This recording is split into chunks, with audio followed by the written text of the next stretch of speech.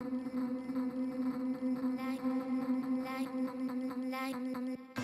wide awake, I can't sleep tonight.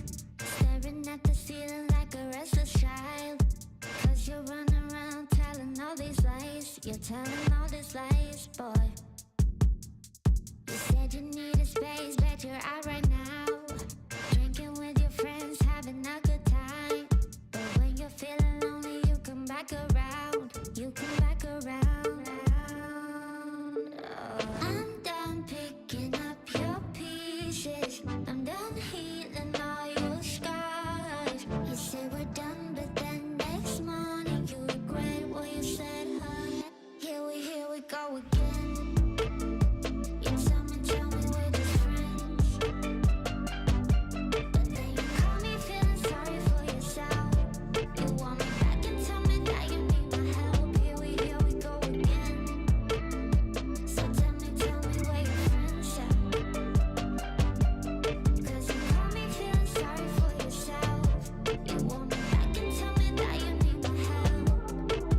All these thoughts are just running wild. You treat me so bad, but then you love me right. I can't get this off my mind, oh. I'm done picking up your pieces. I'm done healing all your scars. You say we're done, but then next morning you regret what you said, huh? Here we go again. You tell me we're just friends. But then you call me feeling sorry for yourself. You want me back and tell me that you need my help. Here we go again. So tell me where your friends at. Cause you call me feeling sorry for yourself. You want me back and tell me that you need my help. Stay where you're at, I will be moving on without you, baby. Don't bother to come back this time. Stay where you're at, I will be moving on without you, baby. Don't bother to come back this time. Here we go again. You tell me we're just friends. But then you call me feeling sorry for yourself. You want me back and tell me that you need my help. Here we go again. So tell me where your friends at. Cause you call me feeling sorry for yourself. You want me back and tell me that you need my help.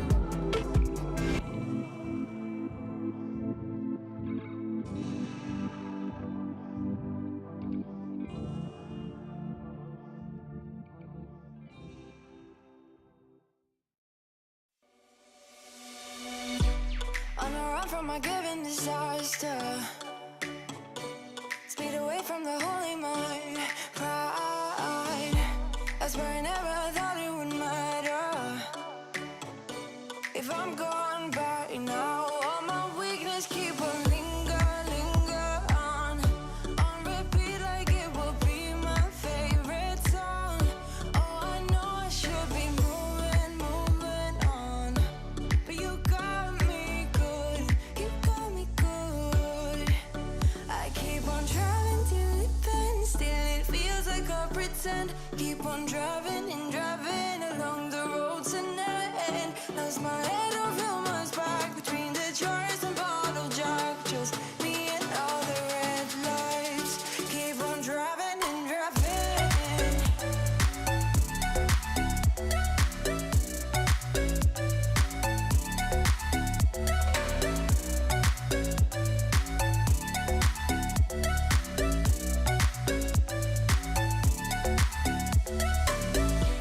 In the heat from a hot California,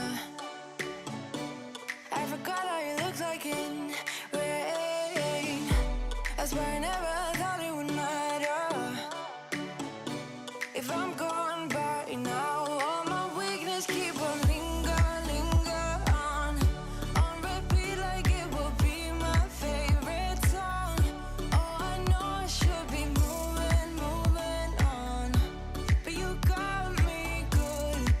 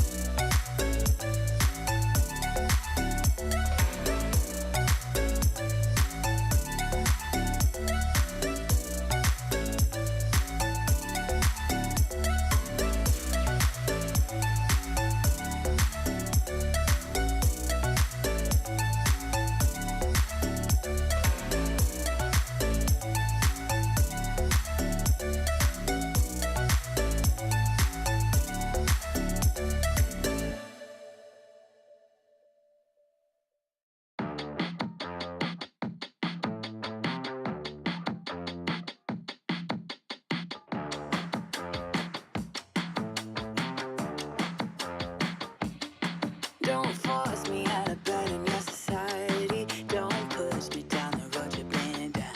Don't try to fix my head, it's just your anxiety. Don't hush me now, cause I just wanna shout.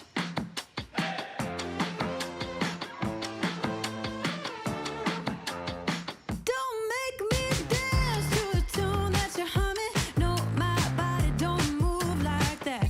Don't make me pretend I don't see your shortcomings. You'll be running when I raise the black flag. Get out your bomb and fly away. We'll be dancing with our hands in the air when our new dawn is rising,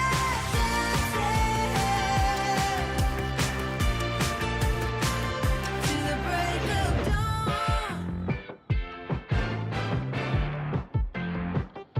You can't keep me in a cage made of tired ideas. It's rusting out faster by the day. I won't wear your leash, I won't take no deals. I won't stay quiet when there's so much left to say.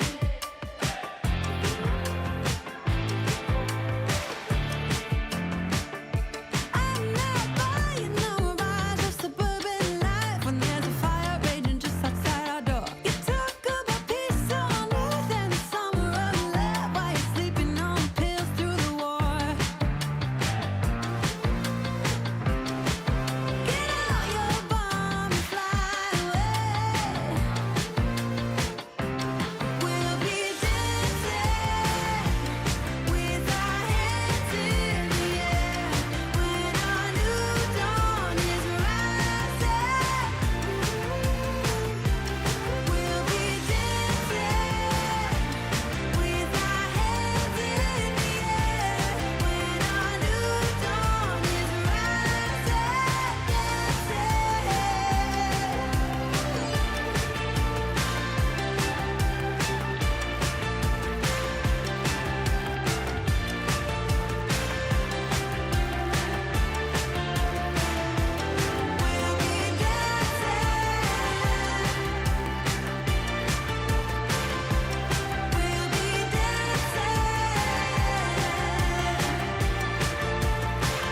to the break of dawn.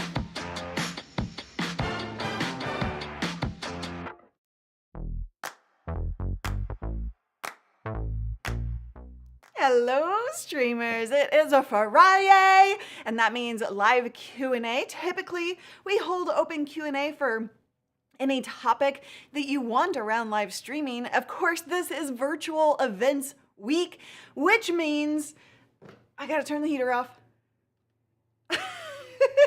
Which means we're going to ask questions, or you can ask questions about anything live streaming related, but also specifically virtual event related. We did a couple of videos this week, live about 3 mistakes that you need to avoid for your own virtual event. That was with Blue himself, Blue Melnick from The Virtual Event on virtual events.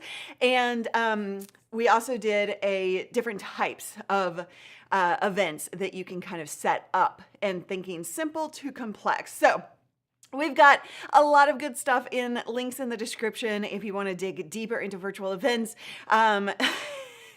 Yes, exactly. It's kind of like Shark Week, but without the sharks. Totally.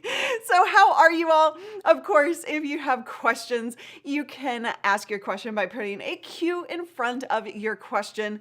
And if you ask your question twice, it's not going to get you to the queue any faster. It winds up in the order that they were received. But if you do want to super chat, you can do so. Whoops. I forgot to activate my super chats. So my apologies, Einar. I was working on overlays before. Thank you so much for the super sticker, Einar. I appreciate you.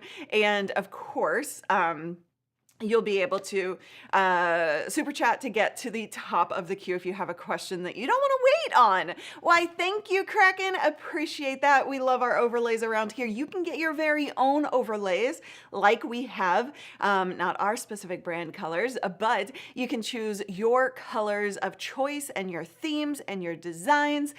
We have lots of different options at our store, which we're going to drop a link to, livestreampros.com/store. So if you don't have those are just done for you. They're ready to go. They are ready to just drop right on in to your production and start streaming, looking all professional and stuff.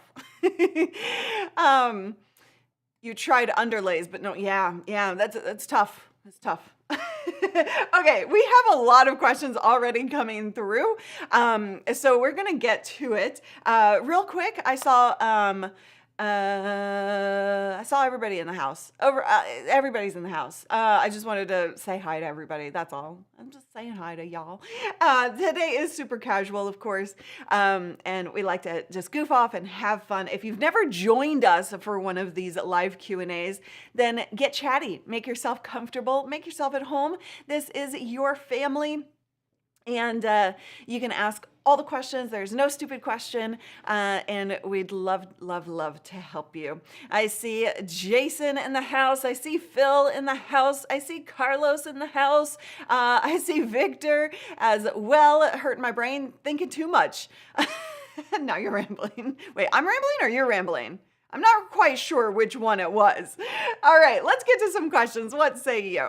100 Watts in a Wire wants to know, is there a way to turn down the volume of the countdown music in ECAMM so you can hear your guests better before the show starts? I'm blasting up my green room. So Christian, what Christian is asking is, during the countdown timer, if you have a guest in interview mode, you can talk to them in the back channel where the audience is not hearing you guys talk. They're just hearing the music, if you have the settings set correctly, of course. So there's not a way to control the volume between you and the guest. However, when you start talking, the guest's audio, I talked to Doc during the countdown timer since you sent this earlier just to make sure I wasn't missing anything. So the guest audio gets ducked. Sorry, your audio gets ducked for the guest. It doesn't go the other way yet. So just understand that what the guest is actually hearing is the ducking of the music. I think I said that incorrectly. Sorry. The music ducks so they can hear your voice. So you're hearing the music and their voice at the same level, but they're hearing that ducking of the music so that they can hear you better. So just understand that is happening, and otherwise there's not a way to actually fine-tune control each different volume level on that. All right, I also see, I need more coffee too. I was actually gonna go get some coffee this morning, and then I just got busy working and being productive, and I didn't. Good morning, James. Hey, Purple Paisley Planner. I always like to say that because I like to challenge myself, see if I can say it, and I never can the first time out. Hello, Rock. All right. Okay. Yes, that is very good to know about the ducking. I didn't actually know that. I thought it was the same across the board too. So we're all learning something today. All right. Steven says, would you consider something like an all-employee meeting also a virtual event, or just do plain Zoom team calls without any graphics or complicated setup? It totally depends on what you're trying to accomplish, right? How do you want that all-employee meeting to go? Is it an hour? Is it an all-day thing? Is there going to be kind of Zoom fatigue from bad audio, bad video, bad all of the things? Do you want the employees engaged in a way that they are not used to so that they stay attentive? If it's a long all-employee meeting, then honestly, graphics with I would consider that a meeting, not a virtual event necessarily. However, you could absolutely spice it up because the Zoom fatigue, as we talked about with Blue, right? So we've been talking about virtual events, and then we have the virtual event on virtual events coming up on April 25th to the 27th. The link to get a ticket to that is in the description and pinned to the chat room. Highly, highly recommend it, even if you're going to do virtual events differently, or even if you're not sure if virtual events are right for you. A lot of the information that I learned there actually applies to all kinds of different things, right? And so you really do learn a lot about business, about engagement, about show up rate, about funification, which is gamification, but they like to call it funification, right? So anyway, that's kind of why we're having this discussion about virtual events. So where I was going with that was in terms of an employee discuss. Oh, that's what I was going to say. Zoom fatigue. We talked about this on Tuesday with Blue about Zoom fatigue. It's not actually a thing. It is a thing when it comes to things like meetings, right? When everybody's got the up the nose shot, when everybody's got bad video, bad lighting, it's hard to look at for too long. But when you come in with a professional setup, and let's say, as Kathleen is saying, do you want the employees to actually stay awake, right? Then it can actually be massively beneficial to run a production with your slides or whatever you're sharing, the assets that you're sharing in an employee meeting, even if it's a shared screen of Google Docs, putting that in a PIP style, right? Something like... Let me see what I have. I don't really have one set up, so you're seeing an awkward view. But like, if your video was, sorry, hold on. Right. Let's say your video, I don't have any of this set up, so you're not seeing it. But the video is in the little box and the shared screen, right, is in the other box. If you had something like that for a team meeting, you're running that through ECAMM, where you have that visual aspect to keep them engaged and keep them attentive, that can actually make a massive difference. So while I would not necessarily, it depends on the level of the meeting, right? So like for us, we have a yearly meeting, right? It's a heavy meeting and it lasts all day long. But regular weekly meetings for an hour is, a different story. But in that one, which is what it sounds like you're talking about, I would absolutely think about, kind of providing some extra oomph so that you do have that more virtual event feel. Yeah. So anyway, mandatory. Is mandatory.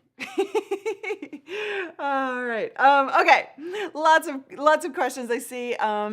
What do you, those of you who go to a lot of meetings, has your company or have you seen the difference between, a kind of just regular Zoom call and an event like production, right?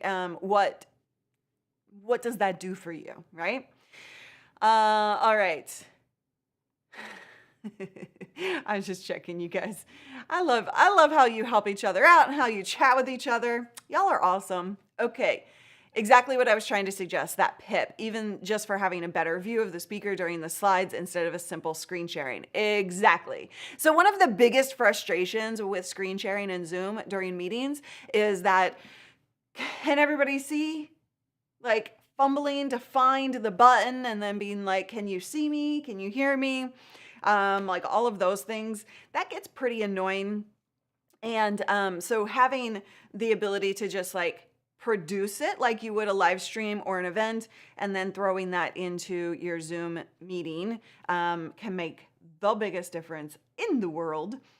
All right, Sammy has a question. I'm adding pre-made titles for my interviews so it's more interesting. What is the biggest way to trigger it? Should I add it to the ECAMM graphics and have a button on? Hold on. Pre-made titles for my interviews so it's more interesting. What is the best way to trigger it? Should I add it to the ECAMM graphics and have a button on the Stream Deck to pull up? So it depends on how you, okay, so like this is a scene, right? This is my camera and this is the overlay border that you see, right? You see the border here and then at the bottom. So is that what you're talking about, Sammy? Question first. And if it's something else and you want to just have that as an overlay, right? You could do that. You could have a scene built out like this that I can keep coming back to over and over and over. Okay, you say no, that's not what you're talking about. I got it wrong. What is it you were talking about, Sammy? Can you identify that just a little bit more? Yes, for sure. Lighting is essential. In having, better lighting, even just simple better lighting can actually make a huge difference in Zoom meetings. So Sammy's clarifying it would be a movie file that would pop up kind of. Got it. Okay, so if it's a movie file, so it's animated or whatever, you could still build that into a scene, right? So that when their camera shows, that movie file is animated or shows up as well. So I build all of that into scenes. Alternatively, you could literally just have a show hide file in your Stream Deck and then just hit that when you want it to. So that would be the simplest way to do it outside of a scene so that you have control, because you have in Stream Deck, you have the, I'm just sharing my screen here. You have the play video in Stream Deck right here, right? And so you could do play video and then have that video actually just not do anything afterwards, right? Or go to another scene or whatever you want. But yeah, that's how I would run that. It's transparent. Perfect. Yeah. That's what I would do, but I would personally build it into a scene, because I would want that depending on if it's like an intro, then that's different. But if it's just a title graphic that's transparent and animated, then I would still want that to show every time my guest was on screen with their full intro setup, right? Or with their main camera. However, if it is, something a little bit more, that you want it to show up even when you're on side by side, then that overlay graphic would certainly be good. So you guys, my capture card died. So first of all, Abby is not in her bed, as you guys saw during the countdown timer. She decided to go to another bed. My capture card actually died, but when we're talking about virtual events, so you don't see me in front of the camera. This is just a dead picture. But you can see the setup, right? You don't have to. We were talking about lighting. You don't have to have that big dome light. You can. I do. I love it. But you don't have to go all out with your lighting. You can do it very simply with some newer panel lights, for example, right? Those are great. That's a great brand. But imagine if you're doing your virtual event, see the extra monitors, like that can be super, super, super beneficial to making sure that you see your participants without, you have a couple of different options, right? When it comes to virtual events with the tech setup, you can have a one-way communication where it's more like a live stream. And that is absolutely positively an option, right? You can have that kind of one-way event feel where it does feel more like a live stream and people are watching and commenting in the chat room.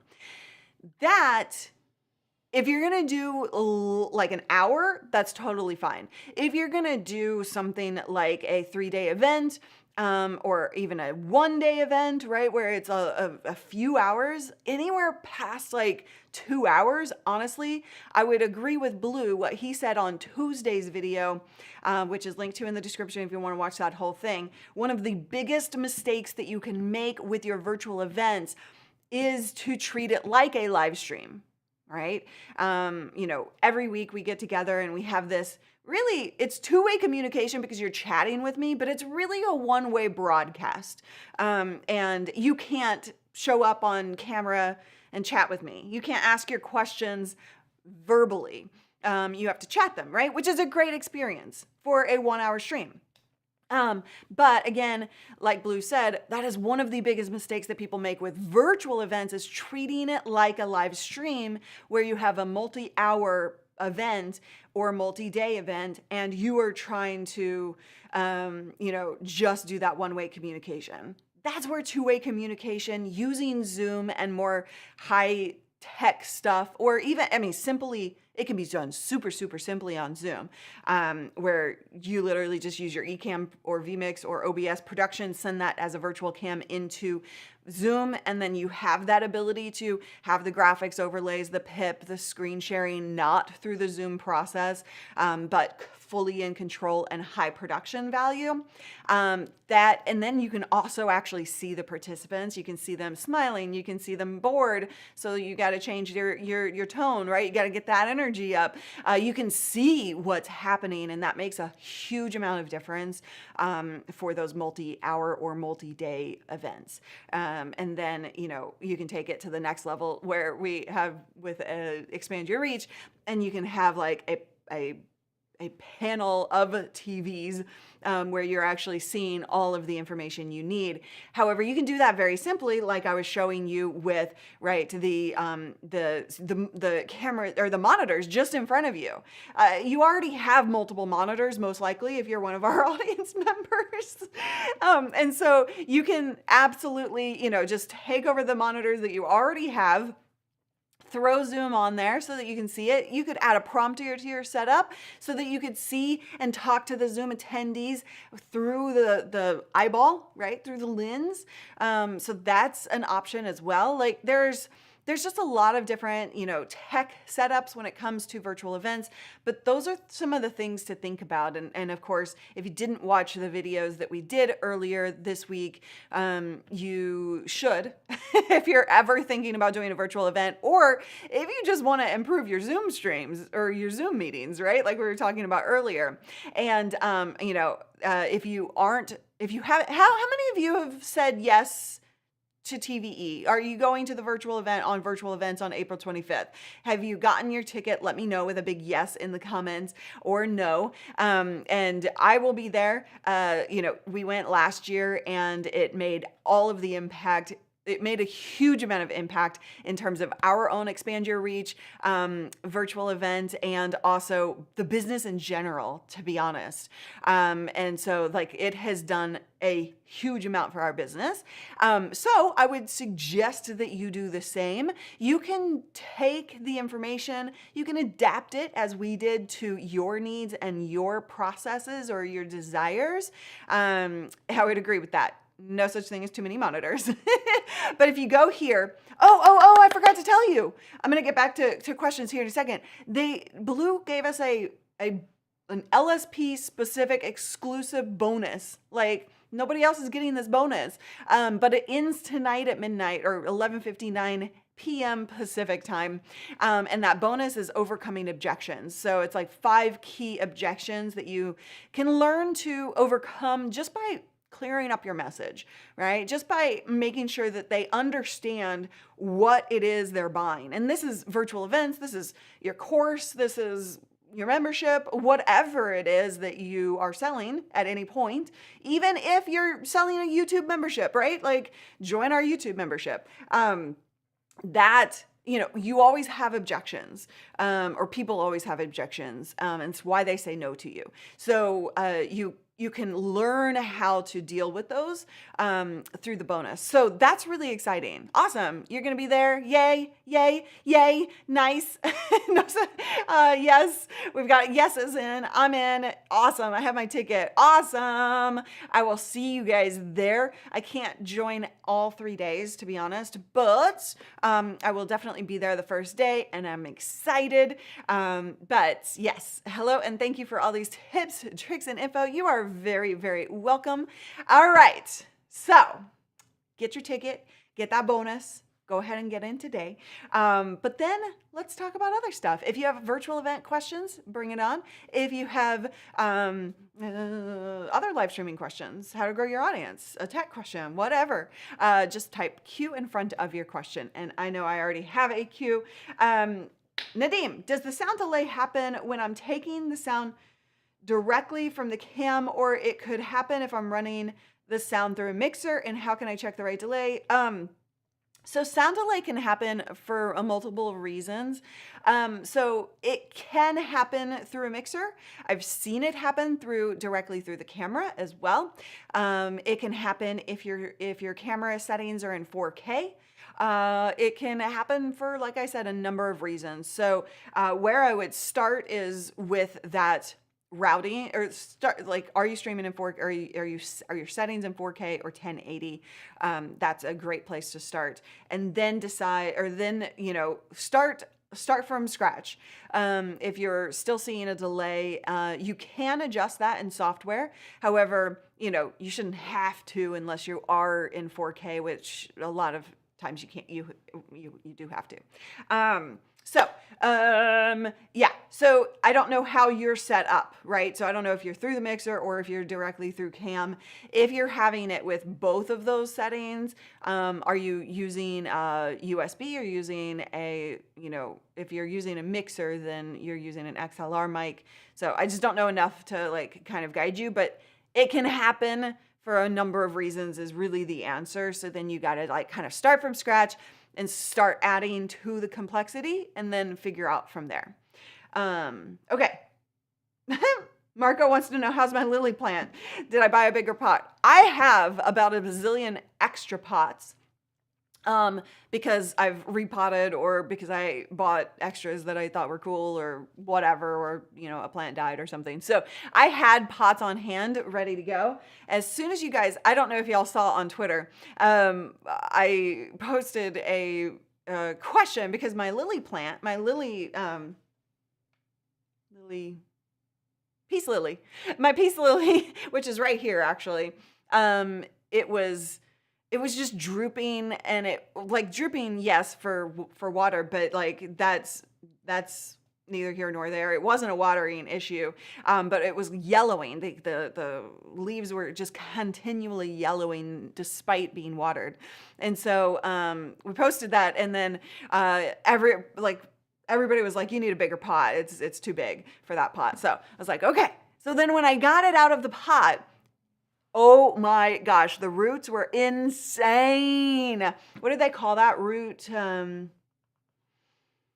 I forget what the word is, but there's like a root, like it's just like where all the roots are like a big old mess.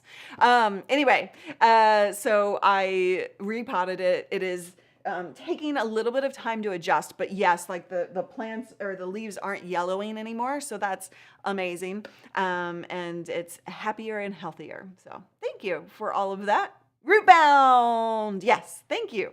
I love you guys coming in with my help, with my language help there. Root ball. Yes. Root ball, rootbound. I've seen both of those names. So it was definitely that. Okay, next question. And yes, this is live. This is Plant Streaming Pros. All right, Sammy, I already did my event and it went well. Do you think I should do an in-person event or do an online event? Honestly, in-person events, if you didn't watch the conversation with Blue, we actually talked about that on It Was Under Stress. I know, poor little plant. But he's doing better now. Definitely not root beer. So, we talked about with Blue in-person versus virtual. And in-person, I would not do unless first of all, we're still in a very volatile process with opening and closings and shutdowns and all of that. So events, you have to meet certain requirements with in-person events if you're using any type of venue for that. And so you have to have, 21 days out, you have to have your numbers finalized. So you can't do any last minute sales really. You have to pay out the wazoo I've done an in-person event. It is difficult and it is costly up front. Right? So you have to kind of pay out before you have all of the tickets sold. You have to decide on food. You have to decide on drinks. You have to decide on all of these different things that are really costly, and I would not do unless you have a bigger plan and you know that you are going to be able to monetize that. So yeah, I think right now for the majority of people, virtual events are the way to go. And you know, maybe one day when you have a, you know, when we kind of know where the world sits and you have, you know, you have to have upfront capital, you have to have a large enough audience or the higher ticket sales, right? Ticket prices that will allow for that revenue to come in. So yeah, 2023, you know, still, I would say virtual events are really the way to go for the majority of people. So yeah. All right. Next question. Cicely, what is your opinion of the Elgato Facecam? Getting impatient waiting on the ZV-E10. So if you're wanting, you know, depth of field, blurry background, if you're wanting, you know, that higher quality, I like the Facecam. A lot of people, you know, say it's too contrasty or whatever. I like the Facecam as a webcam. However, it is not going to be the highest quality you're going to get. If you're doing Facecam versus ZV-E10, then you're not going to be getting the same quality, right? So one of the tricks that you can do is while you wait for either the ZV-E10, I wouldn't wait for the ZV-E10. I would start looking for the Sony A6100 or A6400. Those are hard to get. You can even look into the Canon M50 Mark II that I've done some videos about on this channel. Everything is hard to get right now, so just keep that in mind. But in the meantime, you could absolutely use your phone, right? So you could use your phone and you could bring that in via Camo. Camo is an app that allows that clean signal to come in and be seen as a webcam on your software.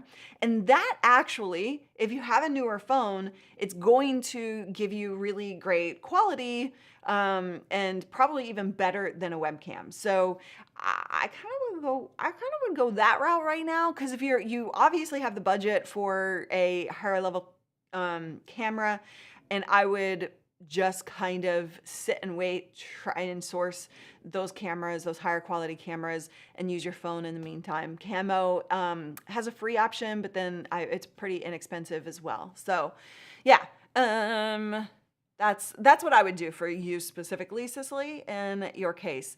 And you can use that. Oh, you have a Sony A7 III, but looking for a better camera. The A7 III? It's a pretty good camera. But yeah, so, I mean, honestly, if you have something, then like, use what you got, right? Don't not use it if you aren't.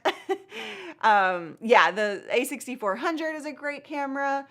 A6100, 6400, not too much difference except for cost in a studio environment. But the availability changes and swaps. So it's kind of like, if you can get it, you can get it. No, you can't use an Elgato Facecam on an ATEM anything. ATEMs bring in HDMI and a Facecam is USB. So those are two different things. The benefit of a webcam like a USB is literally you don't need extra gear. You don't need a capture card. You don't need an ATEM. You don't need any of those things. You just plug it in via USB and it's seen already. The Scribe, do you have a dedicated screen or panel for chats? Always wonder how streamers keep up with it all. So, like I said earlier, this video feed has frozen. I just need to unplug the capture card and probably replace the capture card at this point because it's done this a few times. But see that curved monitor beside the light? So that is my chat monitor. And I don't fill the screen. I use the bottom half of that screen, and then I typically put other things like notes or clocks or things like that on the top of that screen.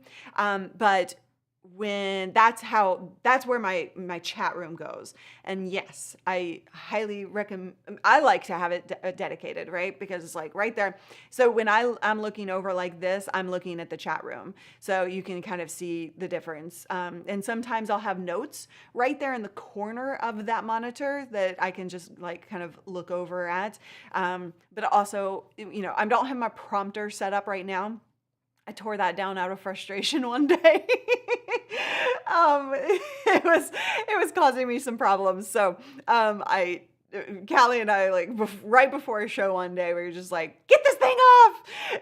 So I've got to reset that and I've got to get that back in to production. But when you have a prompter on your camera, you don't necessarily have to script anything, but it's great for having, you know, the Zoom calls up on that. So you're looking straight at the people that you're talking to. You could have notes there as well.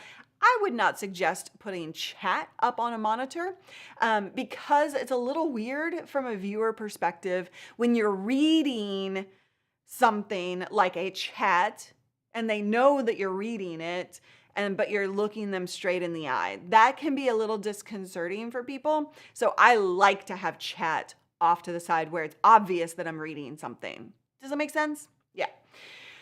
Hello, Jason. Good to see you. Thank you for being here. All right.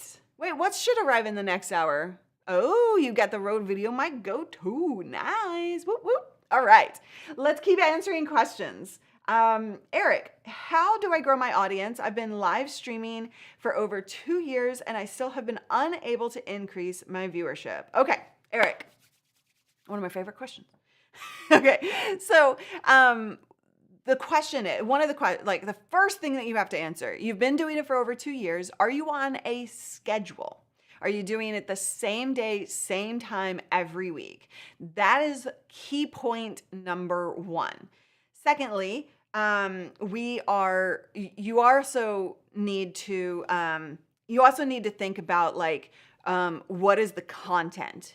And is the platform that you're streaming on the right platform for that type of content? Are people actually searching for that content or hoping to, you know, or would they like that content on that platform?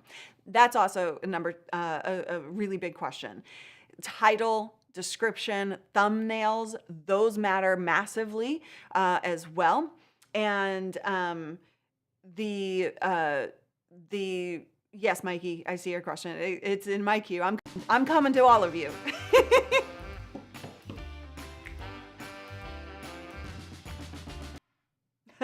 Thank you so much for the super chat, Marcus. Appreciate you as always. Okay. So, what was I answering? What was I talking about? Yeah. So the audience growth really comes from, you know, that schedule, which you said you are doing fantastic.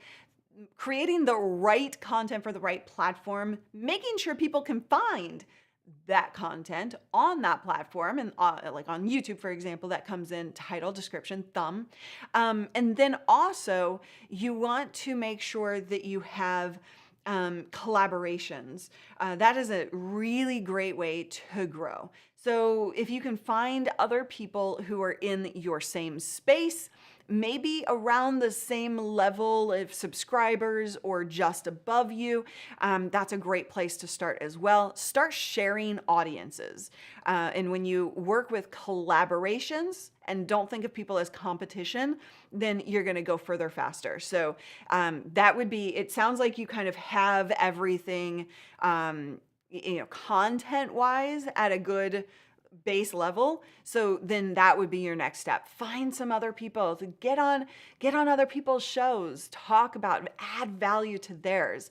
And then you can kind of start to build your audience based on other people's audiences. And that's not a negative thing. That's actually a really positive thing. I go on other people's shows all the time, and that's how you expand your audience and grow organically, but not relying on algorithms. Does that help?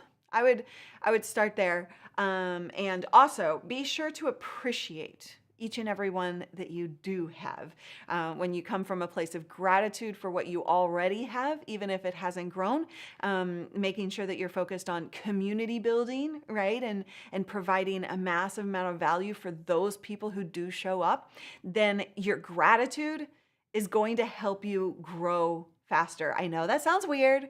It's not a technical algorithm thing, but you will put that out and you will get bigger results because of it. So I just want to, speak to that because I think that that's a huge point for people wanting to grow their audience. They get so frustrated that they forget to be grateful and thank and just appreciate the people who are showing up. And, sometimes we get so caught up in numbers, and I'm not knocking you, because if you've been stagnant for 2 years, yes, you of course want to grow, and that's a good thing to do. But we also tend to get so caught up on numbers and vanity metrics that it harms our ability to really provide value in a better way for the people who do show up. So anyway, I would rather have, I'd rather have a smaller audience full of engaged people who are really getting great stuff and producing results themselves because of what I do, than a huge audience who don't really care about me. You know what I mean? You need to be more social. Yes. You don't need a team. It is helpful, right? But you do want to start being more social for sure. That will help. Okay.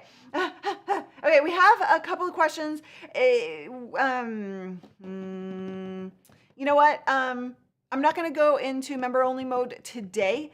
Typically we do, but because it's virtual event week, I want to make sure that everybody has a chance to ask their virtual event questions, since we're kind of wrapping this week up as a theme. But yeah, so we're talking about anything and everything you want to talk about, but since it is virtual event week, I'm going to make sure that I stay open to those questions from anybody, whether you're a member or not. And if you haven't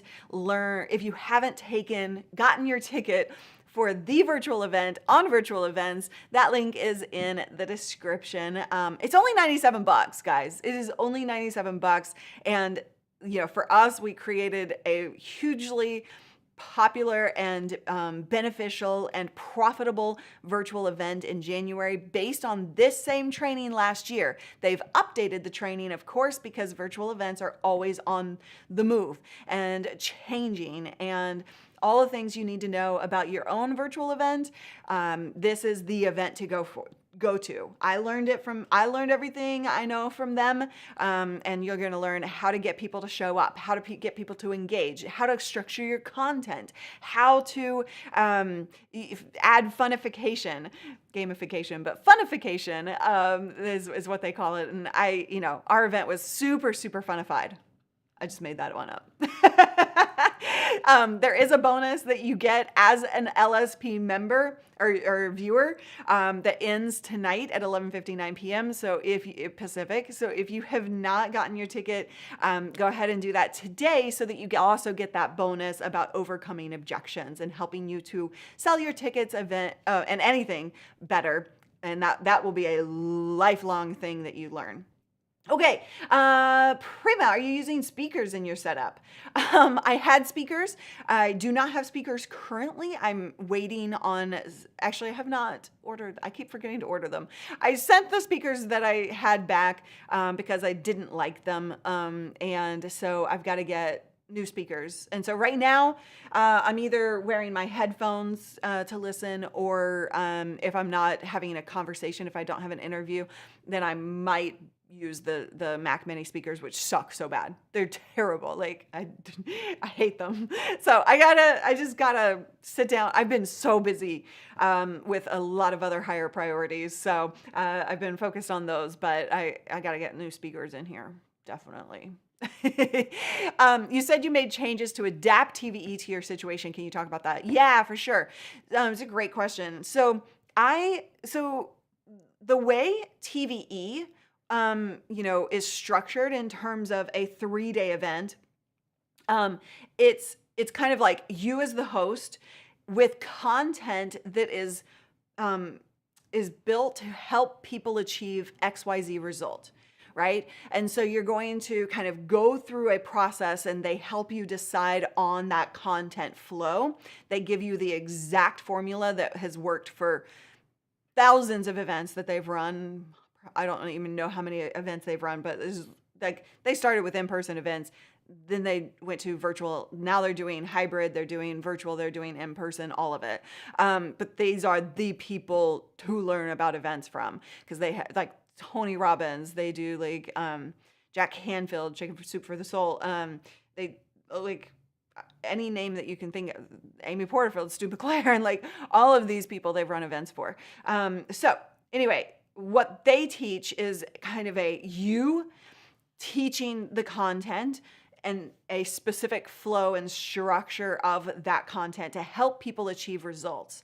And then what we did was we had 30 speakers. So this was more of a summit kind of feel where it was a bunch of people coming in to teach. I was hosting where I was providing content in between the speakers, and then the speakers were the primary content pieces.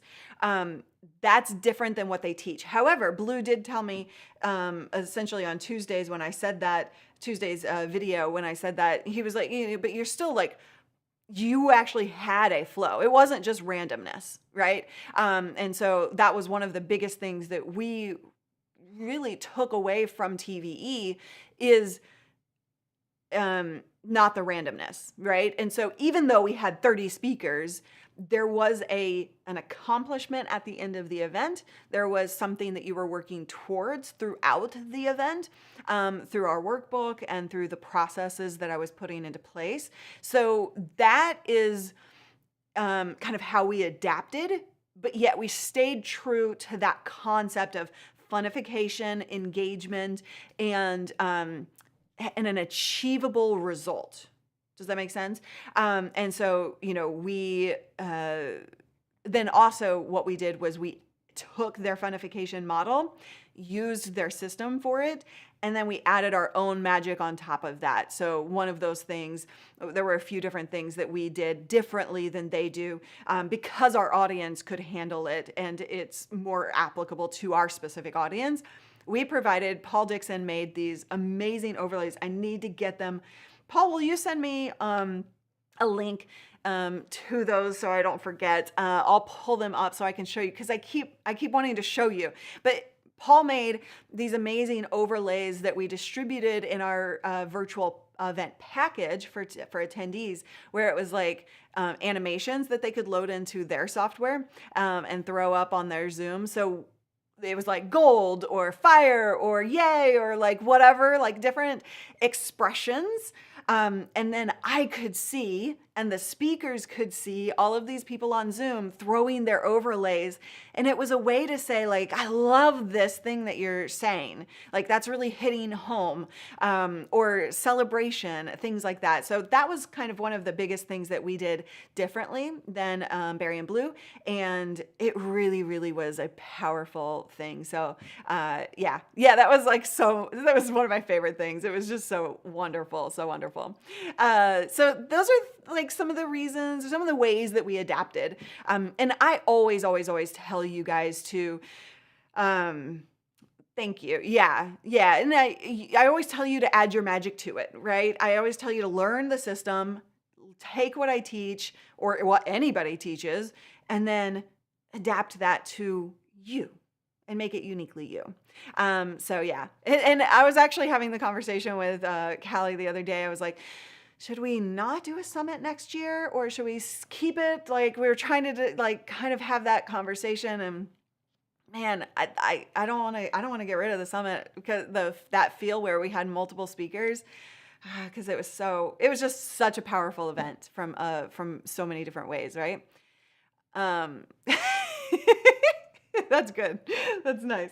I like it. Okay, more questions. I'm behind now. I spent too much time talking about that. But if you do want to get to learn that stuff and then take that and adapt it, TVE is the place for you. That link is in the description. Is there a fun way to do VIP access to virtual events? Also swag. So swag, we did not do the physical swag that Barry and Blue do because of cost and time. There was those two things. We didn't have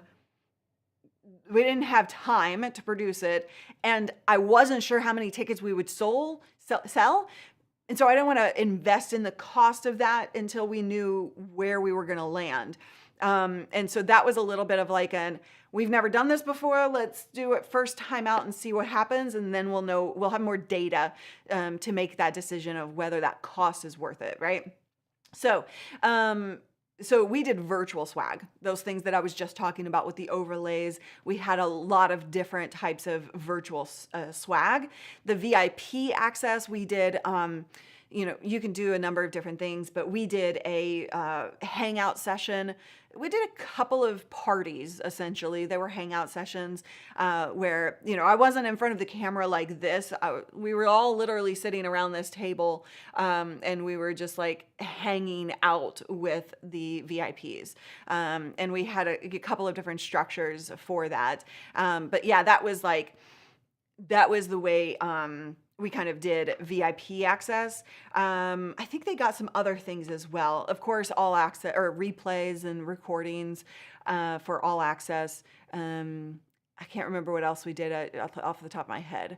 I think the physical swag is hard to get right. It is. I mean, there are companies that do it for you, and I would highly recommend doing that instead of trying to work it all yourself. But yeah, the virtual swag, we tried to put a lot of effort into the virtual swag because we weren't doing physical swag, but that worked out really, really well.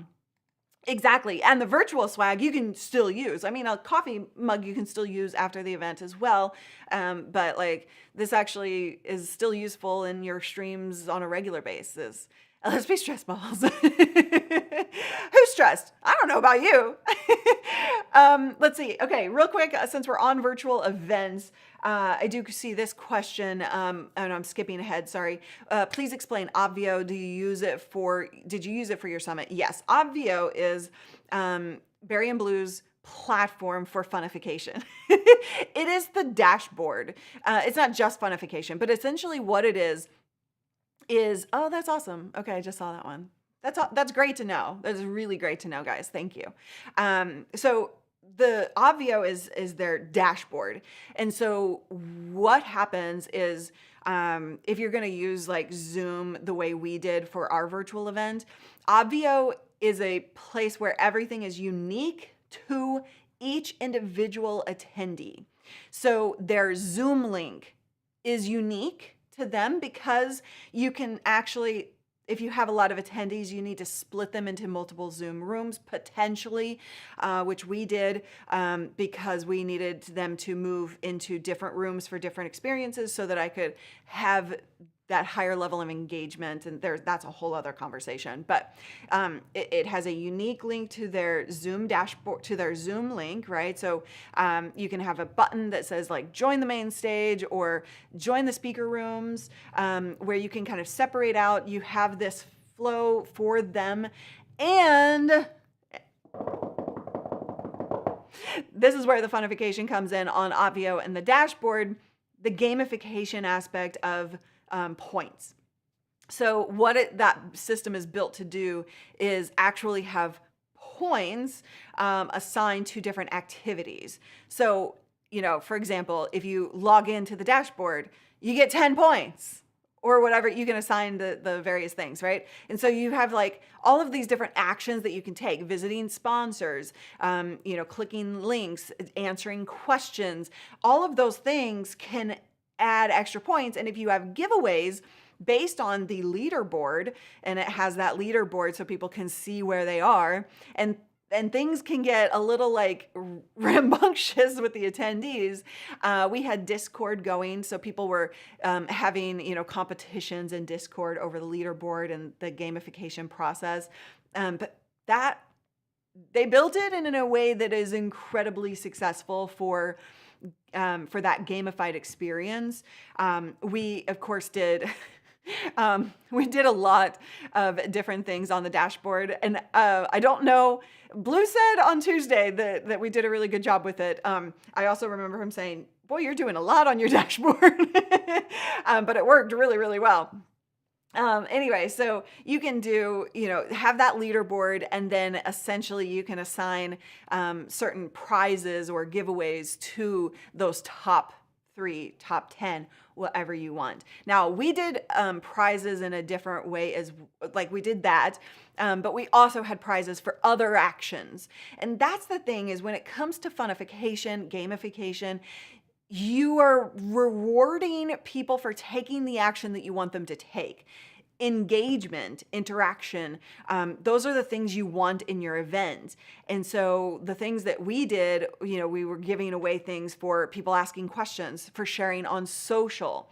And so those rewards for the action that you want them to take is really important. And you learn a lot about that at TVE, at the virtual event for virtual events coming up April 25th to the 27th. So that's kind of a lot of the stuff that we took away from that.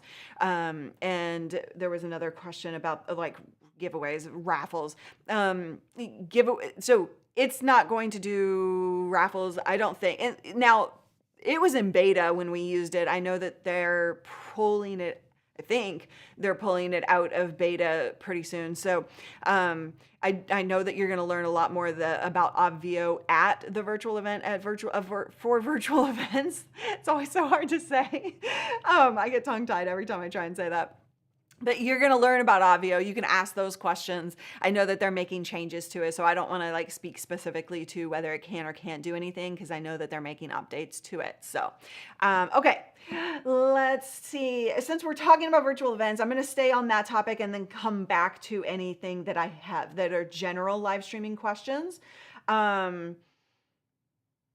Mikey, how would I set up a remote producer for an event?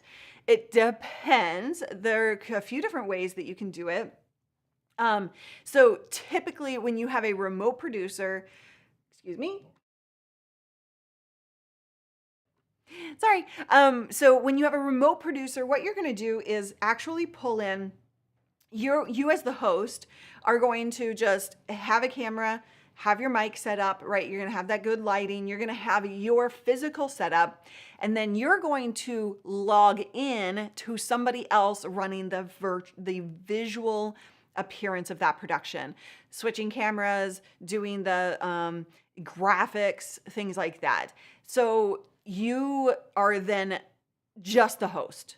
You don't have all of the tech set up or the software set up really to do all of the graphics and stuff. That's being done by the remote producer. You can do that through service-based or through browser-based services like StreamYard, Restream, or Wave.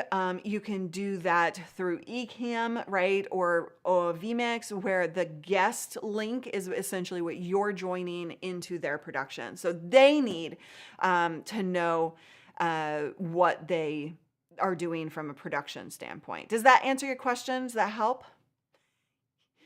Let me know if you have follow-up questions on that.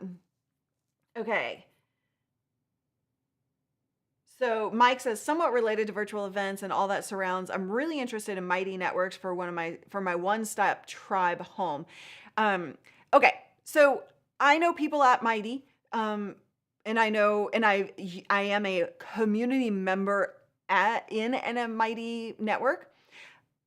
I personally find that Mighty is a little hard to navigate if you're going to have content, videos, and community discussions.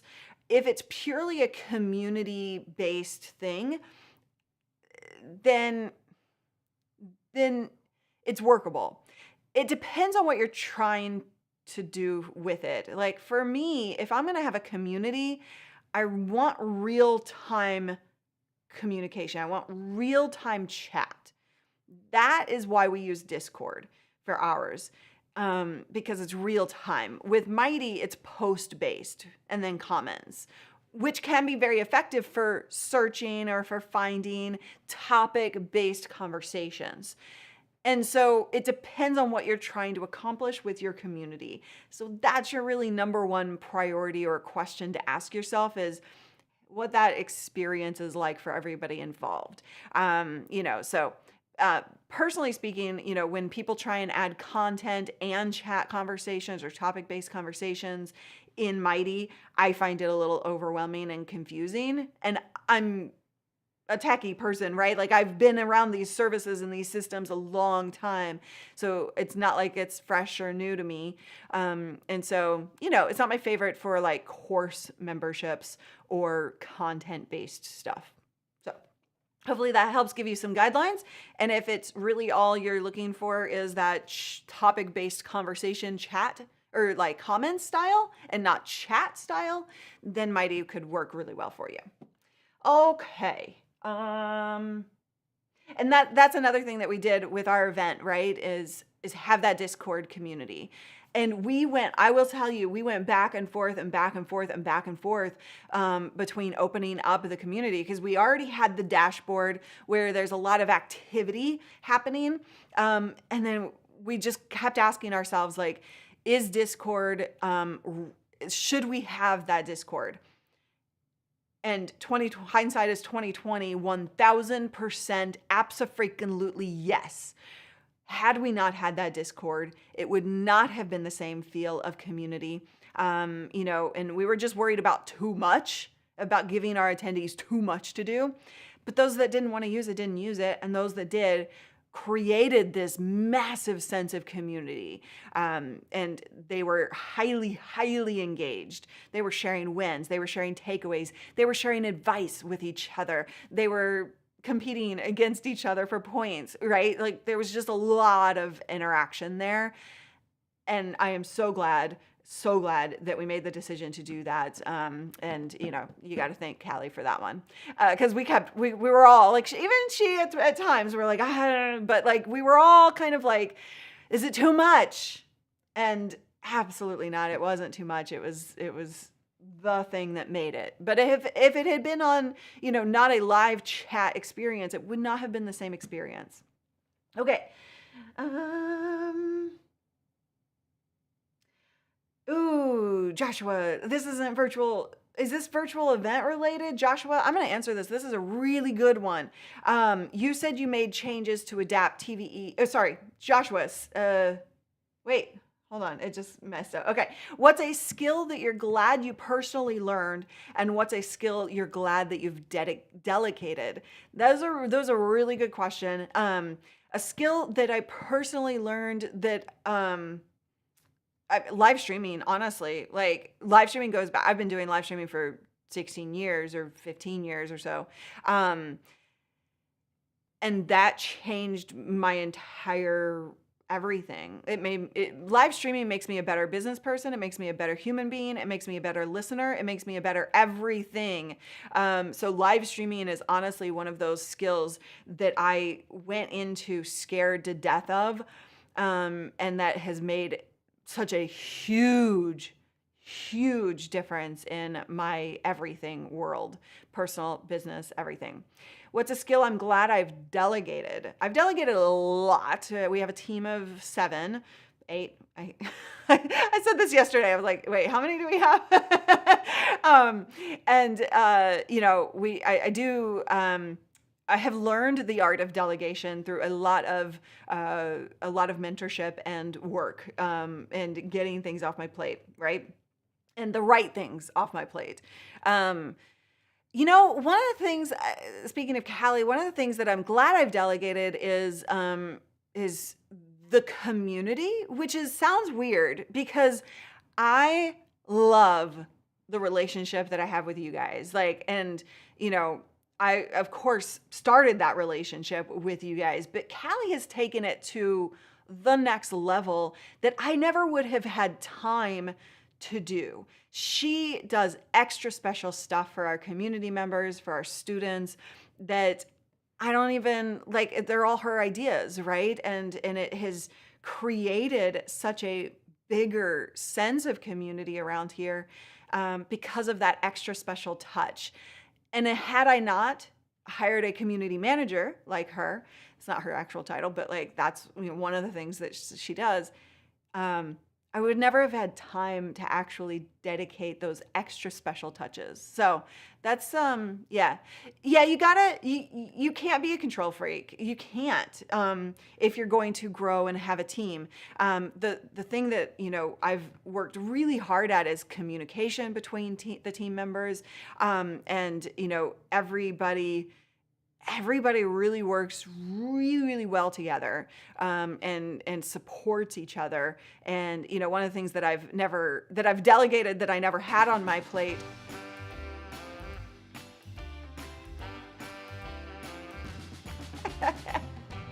That's Callie, if you haven't figured that one out. Thank you. Callie does bring the magic. You know, one of the things that I'm glad I delegated, but I never really had on my plate at all, are graphics, right? Like Paul Dixon does all of the graphics around here. All of like that you just saw, right, happen, and like all of those things. I mean, I could go step by step. I'm glad I've delegated everything, because everything that I have, right, I still have more to delegate and to hire for and to expand on. But like, we wouldn't have the same production value. We wouldn't have the same fun, you know, engagement factors if it weren't for Paul doing what he does. So, you know, I could go team member by team member by team member. They're all incredible at what they do. And I'm super, super grateful for each and every one of them, and taking their jobs to the next level, right? And that's what you get when you delegate, if you do it well, right? Okay. Okay.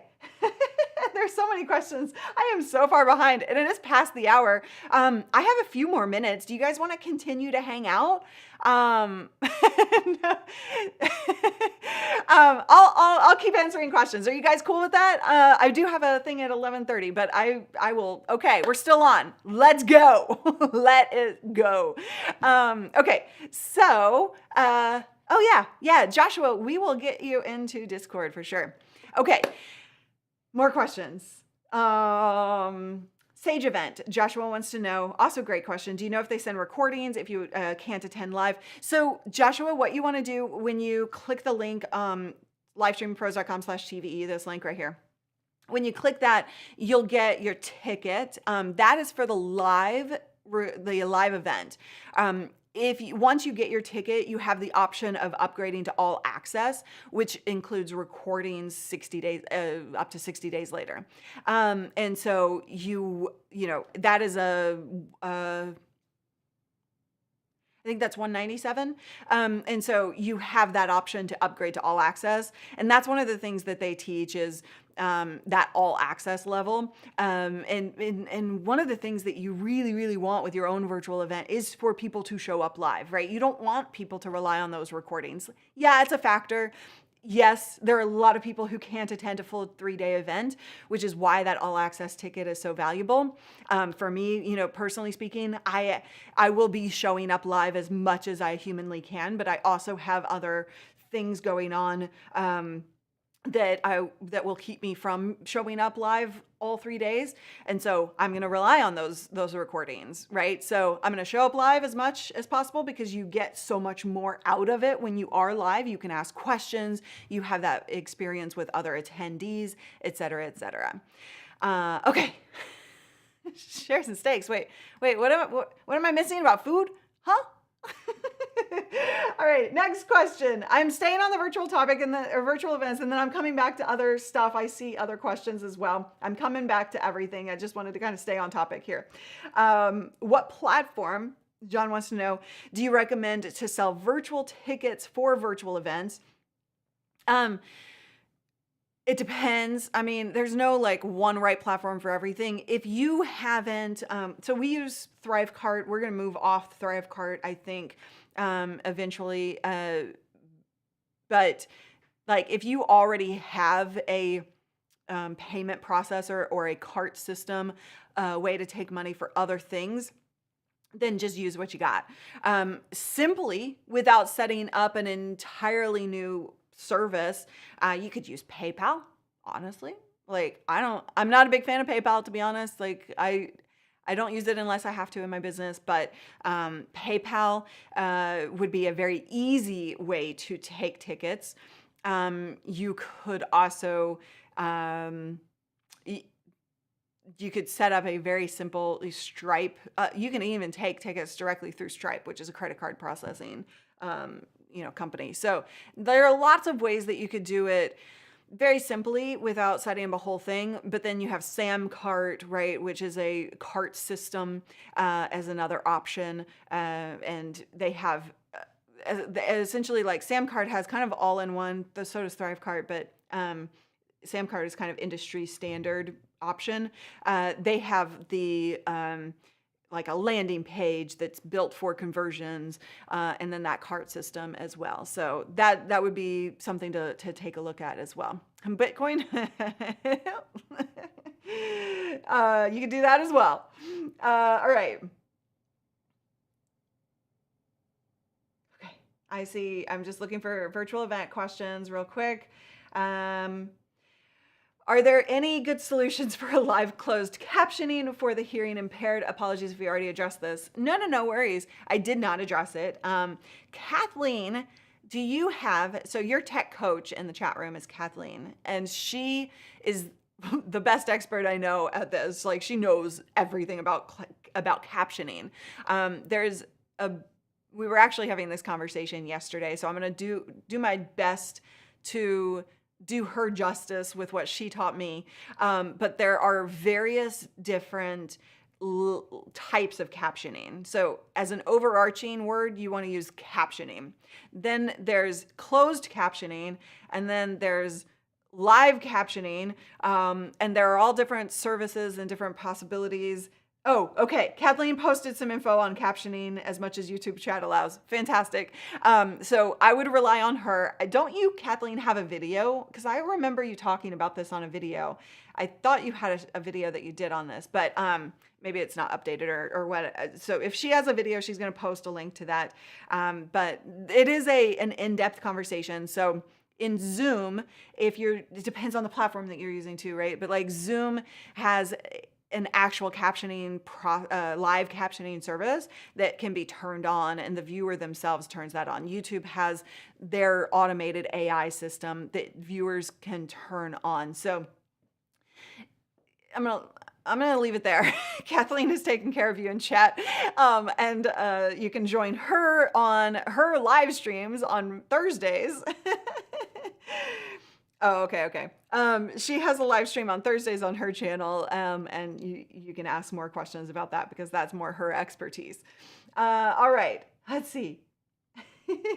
Next question.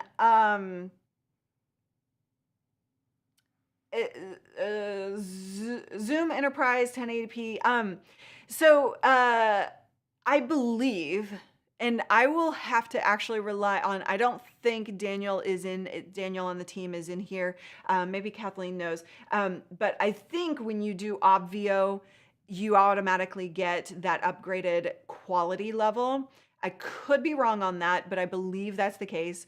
Daniel is the one who sets that up for our virtual events and with our production company. So he's not here today, I don't believe. So. But I believe that Obvio does allow that. Again, you can ask those questions to Barry and Blue themselves, who built the Obvio platform at the virtual event on virtual events. So, they have the absolute knowledge on that platform. Is there another way to... 100 watts. Christian, is there another way record a show off platform, but still... I don't know what question you're asking, Christian. Do you mind asking it again, clarifying what you're trying to get to? Okay. Okay, now let's go into other questions. Cindy says, how do you determine the pay structure for team members? Probably not a normal 40-hour week, right? That is a great question. And Cindy, we can absolutely talk more in depth about this. Cindy is a Streamer Accelerator member where we get to have more in-depth business type conversations. So we can talk about this in the next essay call. But as an overarching kind of view, you have different types of team members, right? So freelancers, they might work part-time. People who are employees would be a 20 or a 40-hour work week, right? Typically speaking. It depends on the job. It depends on what you need. And I'm, generally speaking, and how you would make decisions around this, just so everybody has that more general conversation rather than like me specific, right? So you want to think through, what does this job take? What is all involved in it? How many hours does it look like it's going to take somebody to do? If that's a freelancer, they're probably also working for other companies or other clients. You would be one of their clients, potentially speaking. They might be working full-time for just you. That has to be a start at the job itself and determine what it's going to take. And then that helps you decide whether it's a freelancer, whether it's part-time, whether it's an employee. Typically, for an employee, you're going to be paying 30% of that salary, whatever that salary is. You can expect it to be about 30% in costs of having an employee with taxes and all of that. So hopefully that gives you a little bit of a like overarching guideline there. And then, if you want, we can certainly take that further inside of Streamer Accelerator. Okay. Coming back to general questions. I know I've missed a bunch.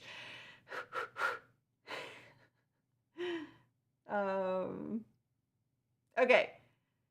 Mathis says, my wife and I do a live show on Facebook Live about love and relationships. Should we add YouTube or prefer YouTube? Where's your audience? Is it a searchable topic that is going to gain an audience at YouTube? I know that there's a lot of relationship channels and love topic channels on YouTube.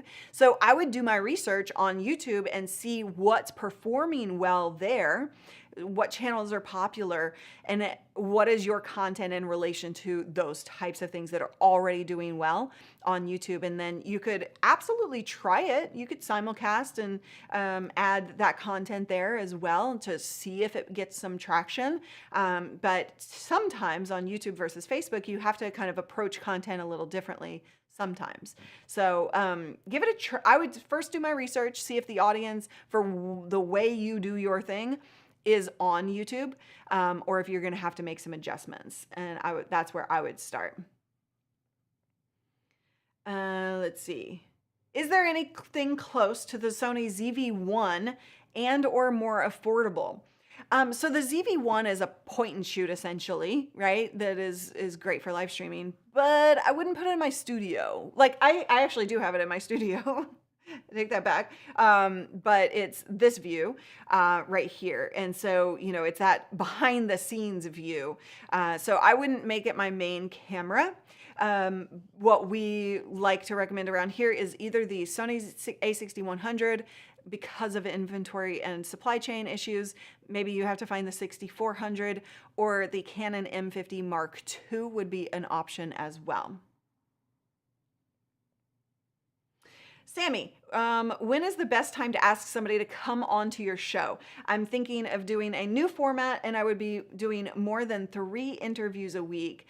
Let's see. So when is the best time to ask somebody to come on your show? New format, 3 interviews a week. As soon as possible. So there's no right time. I think what you're asking is like, how soon? If you're get ahead as much as possible. If you're doing 3 interviews a week, that's honestly a lot of work. And so, because you have to make sure they have an outline or they know what they're talking about. If you have to provide questions in advance, which you don't always have to, but if you do, then they might want that, right? So that's a lot of prep work in advance for 3 a week. It can absolutely be done. You just need to get ahead as much as possible. So if you're trying to ask guests to come on your show, you want to give them as much a heads up as possible. Find their way of approach, their preferred method of contact. So if you're approaching a bunch of different people, you want to find out if they have a form on their website or a specific email address to contact for interviews specifically, things like that. So you don't want to ask willy-nilly. You want to make sure that you're in their zone of that ask, if that makes sense. Okay.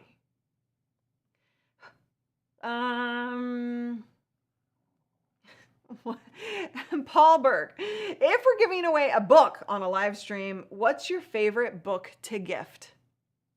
It depends on the audience, Paul. Of course, yeah, I'm happy to. Let's see. If you're giving away a book, what's my favorite book to give away? Okay, I will tell you, I've given away this book multiple times.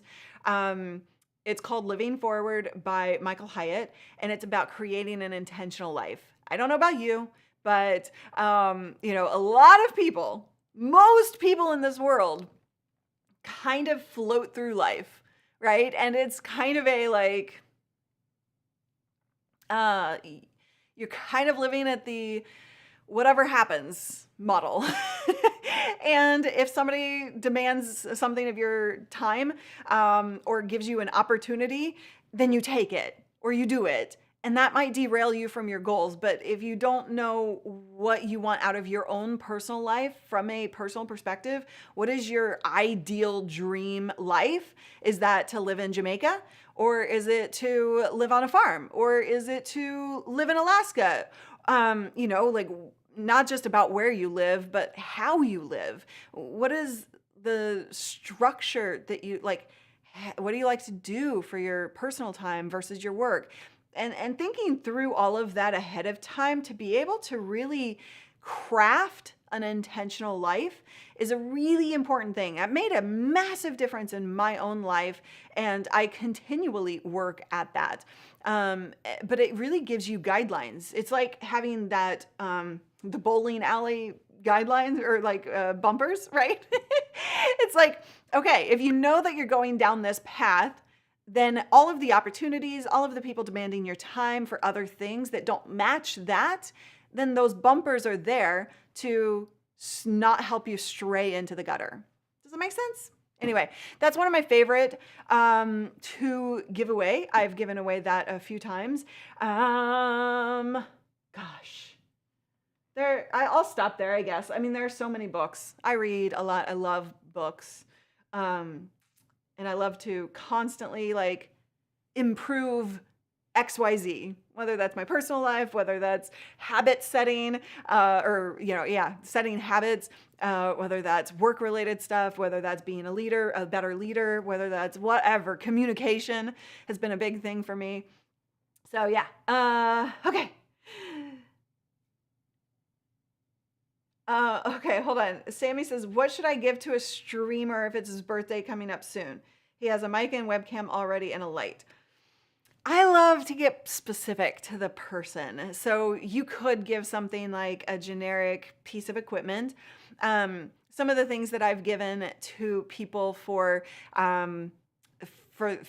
as gifts are things like a phone holder, right? So like a customized phone holder like this, right? This phone holder sits on my desk. I move it back and forth. I need to. I move it back and forth between when I'm streaming, and it holds my actual communication with the team so that I'm actually paying attention to anything going wrong or what they need to feed me. And also my workstation, right? I love that, right? Like I've done iPad holders or phone holders or things like that. Other things you could do is like an on-air light, a fun on-air light or something for their set that's personal to them. Doc Rock gave me this, right? He what's the word? Engraved. Doc Rock gave me that for my set, which is uniquely you in Japanese. I'm pointing the wrong way. Come on. Ugh, there we go. And that's personal to me. That is my brand, right? And so that was like one of the best things I've ever gotten. So, be personal about it if it's a birthday gift. John, I want to have more takeover episodes during the summer. How do I go about asking for guest hosts? Typically for like takeovers, you want to do two things. You probably already have a relationship with them and you already know that they're actually going to deliver good content alone. That's actually tricky. Excuse me. had the hiccup there for a second. Knowing that they are going to thrive on their own as opposed to like, you know, not know what to do. Like, so typically they already have a show of themselves and you already have a relationship with them. Those would be kind of the two things for a takeover versus an interview, right? An interview, you can guide, you can support, you can make it yours and highlight them. But yeah, those are two questions that I would ask. And then start asking. Just start reaching out and asking, right? Create that relationship and start asking. So yeah. Paul Burke is available unless you want good quality content. Oh, there you go. I would love to see a Paul Burke takeover of John V's show. That would be awesome. Okay. Oh wait, I missed a question. Okay. 100 watts. Christian, you specified. So you're going to record an interview, not a live stream. Is there a way to invite the audience to the recording, or is it best to live stream in a private mode? Oh, so if you want like guests to see, if you want people to be able to see the recording, well, you're going to record that privately, right? If you're not live streaming, then the only other thing that I could see you doing is doing the recording of the interview on Zoom and allowing people to watch. Otherwise you're streaming it somewhere for people to watch that recording. You know what I mean? So I hope that helps. All right, you guys, if you have not gotten your ticket for TVE, the virtual event on virtual events, today is the day because the bonus goes away at the end of the night at 11:59 p.m. Pacific time. That bonus of overcoming objections is actually one of the best things that you can learn how to do in your business. And with content creation, if you're ever going to sell anything of any kind.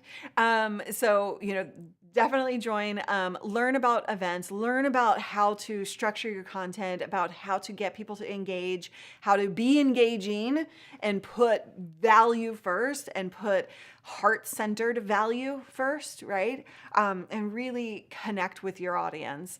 It is one of the best events I've ever attended. It has changed my world, my business, and my life. So livestreampros.com/TVE is the place to be in a little under 2 weeks.